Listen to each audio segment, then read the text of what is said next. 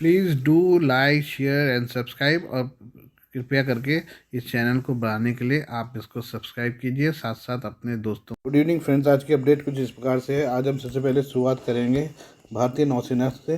भारतीय नौसेना अपने नए विमानवाहक पोत INS विक्रांत के लिए फ्रांसीसी राफेल M मरीन लड़ाकू विमान को खरीदने जा रही है। Rafale M marine fighter jets के शामिल होने से भारतीय नौसेना की क्षमताओं और हिंद महासागर क्षेत्र इंडियन ओशन रीजन की रणनीतिक गतिशीलता पर व्यापक प्रभाव पड़ेगा। राफेल M मरीन राफेल लड़ाकू विमान का एक नेवल वेरिएंट है जो भारतीय नौसेना की परिचालन क्षमता और युद्ध की तस्वीर को बदल सकता है। इतना ही नहीं, अपने विस्तारित रेंज और ज़्यादा हथियारों के साथ उड़ान भरने की इसकी क्षमता दुश्मनों के दिलों में खौफ पैदा करने के लिए पर्याप्त है।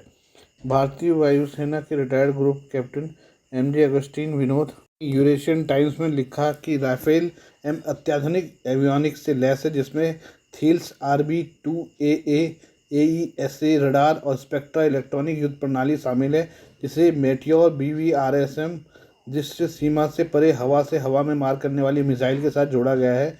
ये उन्नत प्रणालियां बेहतर परिस्थिति जन्य जागरूकता और युद्ध प्रभावशीलता सुनिश्चित करती है, जिससे भारतीय नौसेना हवाई श्रेष्ठता स्थापित करने, सटीक हमले करने और हवाई रक्षा, जमीनी समर्थन और समुद्री हमलों जैसे विविध मिशनों को पूरा करने में सक्षम होती है। राफेल M को खास तौर पर एयरक्राफ्ट कैरियर ऑपरेशन के लिए डिज़ाइन किया गया है।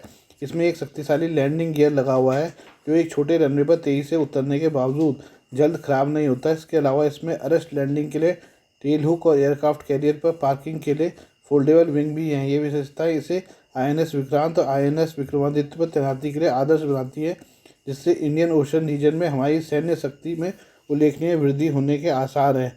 राफेल M के उन्नत सेंसर नेटवर्क सेंट्रिक युद्ध क्षमताएं समुद्री डोमेन जागरूकता को बढ़ाती हैं। ये क्षमता विशाल समुद्री क्षेत्रों की निगरानी, संभावित खतरों की पहचान और ट्रैकिंग और संचार की समुद्री लाइनों SLOCs की सुरक्षा सुनिश्चित करने के लिए महत्वपूर्ण है। राफेल M की लंबी दूरी की मार करने की क्षमता एरियल रिफ्यूलिंग के साथ मिलकर भारतीय नौसेना की ऑपरेशनल पहुंच का विस्तार करती है। यह रणनीतिक पहुंच संभावित विरोधियों के लिए एक दुर्जय निवारक के रूप में कार्य करती है, पूरे हिंद महासागर क्षेत्र में भारत की शक्ति प्रक्षेपण की क्षमता को बढ़ाती है। मलक्का, सुंडा और लोम्बोक जलडमरू मध्य का रणनीतिक महत्व सर्वोपरि है, क्योंकि ये चेक पॉइंट वैश्विक व्यापार और ऊर्जा आपूर्ति के लिए महत्वपूर्ण है, विशेष रूप से चीन के लिए। राफेल M के शामिल होने से भारत को इन महत्वपूर्ण जलमार्गों में निर्णायक लाभ मिलता है। दुनिया के सबसे व्यस्त शिपिंग लेन में से एक के रूप में मलक्का जलडमरू मध्य पूर्व और अफ्रीका से चीन के ऊर्जा आयात के लिए महत्वपूर्ण है। राफेल M की क्षमताएं भारतीय नौसेना को इस महत्वपूर्ण चेक पॉइंट की प्रभावी रूप से निगरानी और नियंत्रण करने की अनुमति देती है। बढ़ी हुई खुफिया निगरानी और टोई क्षमताएं समुद्री यातायात की वास्तविक समय पर ट्रैकिंग को सक्षम बनाती है। यह सुनिश्चित करती है कि किसी भी संभावित खतरे या अवैध गतिविधियों का तुरंत पता लगाया जाए और उनका समाधान किया जाए। मलक्का जलडमरू मध्य के वैकल्पिक मार्ग सुंडा और लोम्बोक जलडमरू मध्य भी रणनीतिक रूप से महत्वपूर्ण है। राफेल M की अग्रिम तैनात वाहकों से संचालन करने की क्षमता भारतीय नौसेना को इन क्षेत्रों में शक्ति प्रक्षेपण के लिए लचीलापन प्रदान करती है। विमान की उन्नत स्ट्राइक क्षमताएं, जिसमें Exocet M39 anti ship missile शामिल है, भारतीय नौसेना को संभावित समुद्री खतरे को बेअसर करने और इन महत्वपूर्ण मार्गों की सुरक्षा सुनिश्चित करने में सक्षम बनाती है। आइए हम बात करते हैं ईरान की। ईरान में 19 मई को हेलीकॉप्टर हादसे में राष्ट्रपति इब्राहिम रईसी की मौत के बाद हुए दूसरे चरण के चुनाव में सुधारवादी नेता देश में हिजाब के सख्त कानून में कुछ ढील देने के पक्षधर मसूद पेजेशिकियन 69 ने जीत दर्ज की है। वो प्रतिद्वंदी कट्टरपंथी नेता सईद जलीली को हराकर विजेता घोषित किए गए हैं। पेजेशिकियन को 1.63 करोड़ वोट मिले, जबकि जलीली को 1.35 करोड़ मत मिले। मसूद को मिले 1,63,00,000 वोटों में से 50% 30 साल से कम उम्र वालों के हैं। प्रधानमंत्री नरेंद्र मोदी ने मसूद पेजेशिकियन को ईरान का राष्ट्रपति निर्वाचित होने पर शनिवार को बधाई दी। उन्होंने एक्स पर एक पोस्ट में कहा कि हमारे लोगों और क्षेत्र के लाभ के लिए हमारे गर्मजोशी भरे और दीर्घकालिक द्विपक्षीय संबंधों को प्रगाढ़ बनाने के लिए आपके साथ मिलकर काम करने को लेकर उत्सुक हैं। पेशे से हृदय रोग सर्जन रहे पेजेशिकियन 1997 में देश के स्वास्थ्य मंत्री भी रह चुके हैं। वो न सिर्फ पूर्व राष्ट्रपति हसन रूहानी के समर्थक रहे हैं, बल्कि उनके कार्यकाल में हुई 2015 की परमाणु संधि के भी पक्षधर हैं। उन्हें अब तक पश्चिमी देशों के साथ संबंध बनाने पर जोर दिया है।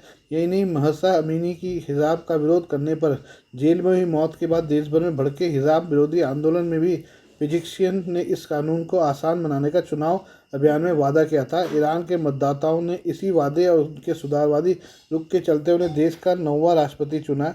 पेजेशियन ने अपने अभियान में ईरानी शिया धर्मतंत्र में कोई आमूलचूल परिवर्तन नहीं करने का वादा किया और लंबे समय से सर्वोच्च नेता आयतुल्ला अली खामनेई को देश में राज्य के सभी मामलों के अंतिम मध्यस्थ के रूप में रखा है। पेजेशियन ने आर्थिक प्रतिबंधों से जूझ रहे ईरान के पश्चिमी देशों से संबंध बेहतर करने और देश में अनिवार्य हिजाब कानून में ढील देने का वादा किया है। ईरान की कुख्यात मॉरल पुलिस बसीज के अधिकारों में कटौती और हिजाब की अनिवार्यता खत्म कर इसे वैकल्पिक बनाने का वादा किया। पश्चिमी देशों के ईरान से प्रतिबंधों को हटाने का वादा किया। इससे अर्थव्यवस्था सुधरेगी और रोजगार के अवसर बढ़ेंगे। मसूद ने नुक्कड़ सभाएं कर लोगों से सीधा संवाद किया। 34 साल की बेटी मरियम ने चुनाव प्रचार कर युवा वोटरों को साधा। मसूद ने यह भी ऐलान किया कि अगर वादे पूरे नहीं हुए तो राष्ट्रपति पद से इस्तीफा दे देंगे।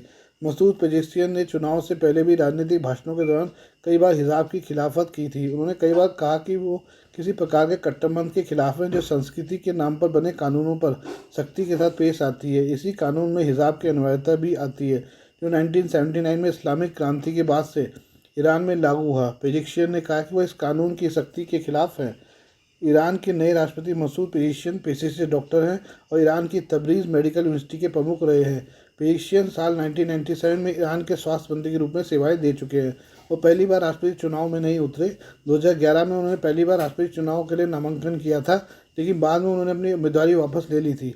पेजेशियन की पहचान एक उदारवादी नेता की है और वह पूर्व राष्ट्रपति हसन रूहानी के करीबी माने जाते हैं। पेजेशियन ने कहा है, चुनाव खत्म हुए और हमारे सहयोग की शुरुआत है। आपके सहयोग, सहानुभूति और विश्वास के बिना आगे का कठिन रास्ता आसान नहीं होगा। मैं आपकी ओर हाथ फैलाता हूँ और संकल्प लेता हूँ कि मैं आपको इस रास्ते पर अकेला नहीं छोड़ूंगा।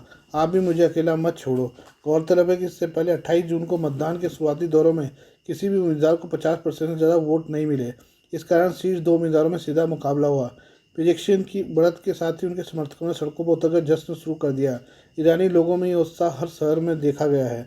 विशेषज्ञों के मुताबिक भारत और ईरान के बीच ऐतिहासिक रूप से मजबूत आर्थिक संबंध रहे हैं। पेजेशियन के राष्ट्रपति बनने के बाद इन संबंधों के और मजबूत होने की संभावना है। भारत में ईरान के राजदूत इराज इलाही ने चुनाव परिणाम आने से पहले ही ईरान का रुख बता दिया था। उन्होंने कहा कि ईरान और भारत के बीच विदेश नीति में कोई बदलाव नहीं होगा, चाहे सत्ता में कोई भी आए। पेजेशियन एक सुधारवादी नेता है। वो पश्चिमी देशों से भी संपर्क बढ़ाने के पक्षधर है। वो भारत के साथ संबंधों को प्राथमिकता देंगे। खासतौर पर रणनीतिक रूप से अहम चाबहार बंदरगाह पर दोनों देशों का फोकस रहेगा। भारत ने इस परियोजना में भारी निवेश किया है। यह बंदरगाह भारत को पाकिस्तान को दरकिनार कर मध्य एशिया तक कनेक्टिविटी प्रदान करेगा। भारत ने चाबहार बंदरगाह टर्मिनल के विकास के लिए $12 करोड़ देने का वादा किया है और ईरान में बुनियादी ढांचा परियोजनाओं के लिए $25 करोड़ की क्रेडिट लाइन देने की भी पेशकश की है। आइए हम बात करते हैं दलाई लामा की। निर्वासित तिब्बती सरकार के प्रवक्ता तेंजिन लक्ष्य ने खेद व्यक्त किया कि तिब्बत के अंदर रहने वाले तिब्बती चीनी सरकार द्वारा लगाए गए प्रतिबंधों के कारण दलाई लामा का जन्मदिन नहीं मना सकते। प्रवक्ता तेंजिन लक्ष्य ने इस दुखद बताया कि वे तिब्बत में दलाई लामा का जन्मदिन नहीं मना पा रहे हैं। उन्होंने जोर देकर कहा कि भारत में सभी तिब्बती दलाई लामा का जन्मदिन मना रहे हैं। ये दुखद बात है क्योंकि चीन को अक्सर लगता था कि दलाई लामा एक खतरा है, लेकिन दलाई लामा ने अपने पूरे जीवन में करुणा, प्रेम, मित्रता की बात की और हमेशा एक बेहतर इंसान बनने की कामना की है। तिब्बती लोगों में ग्यालवा रिनपोचे के नाम से जाने वाले 14वें दलाई लामा वर्तमान दलाई लामा हैं, जो तिब्बत के सर्वोच्च आध्यात्मिक नेता प्रमुख भी हैं। दलाई लामा इन दिनों अमेरिका में हैं। वे घुटने की सर्जरी के लिए वहां गए थे। उन्होंने कहा कि तिब्बत के अंदर रहने वाले तिब्बती प्रतिबंधों के कारण जश्न नहीं मना सकते, लेकिन भारत में सभी तिब्बती जश्न मना रहे हैं। वक्ता ने कहा कि यह तिब्बत, भारत और अन्य क्षेत्रों में रहने वाले सभी तिब्बतियों के लिए खुशी का क्षण है। उन्होंने कहा कि हर कोई परम पावन दलाई लामा का जन्मदिन मना रहा है। सिक्किम के मुख्यमंत्री इस कार्यक्रम के मुख्य अतिथि हैं।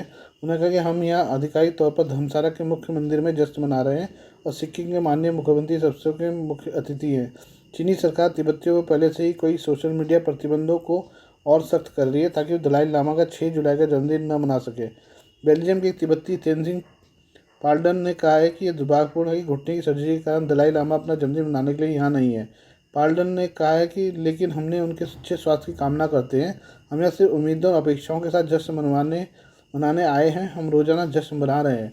हम उनके लंबे और स्वस्थ जीवन की कामना करते हैं और मुझे लगता है कि उनका जन्मदिन वास्तव में सभी तिब्बतियों को एक साथ लाता है। उन्होंने कहा, साथ ही उन्होंने यह भी कहा कि यह हमारे लिए खुशी और आनंद का दिन है।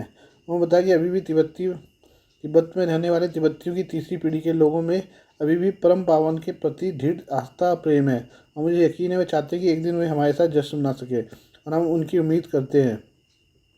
तिब्बत में रहने वाले तिब्बतियों पर दलाई लामा के जन्मदिन को मनाने पर चीन द्वारा लगाए गए प्रतिबंधों पर उन्होंने कहा कि उनकी पवित्रता की विरासत हमेशा साथ रहेगी। उन्होंने कहा कि उनकी बुद्धिमत्ता, करुणा, उनके प्रेम और शांति के संदेश हमेशा कायम रहेंगे।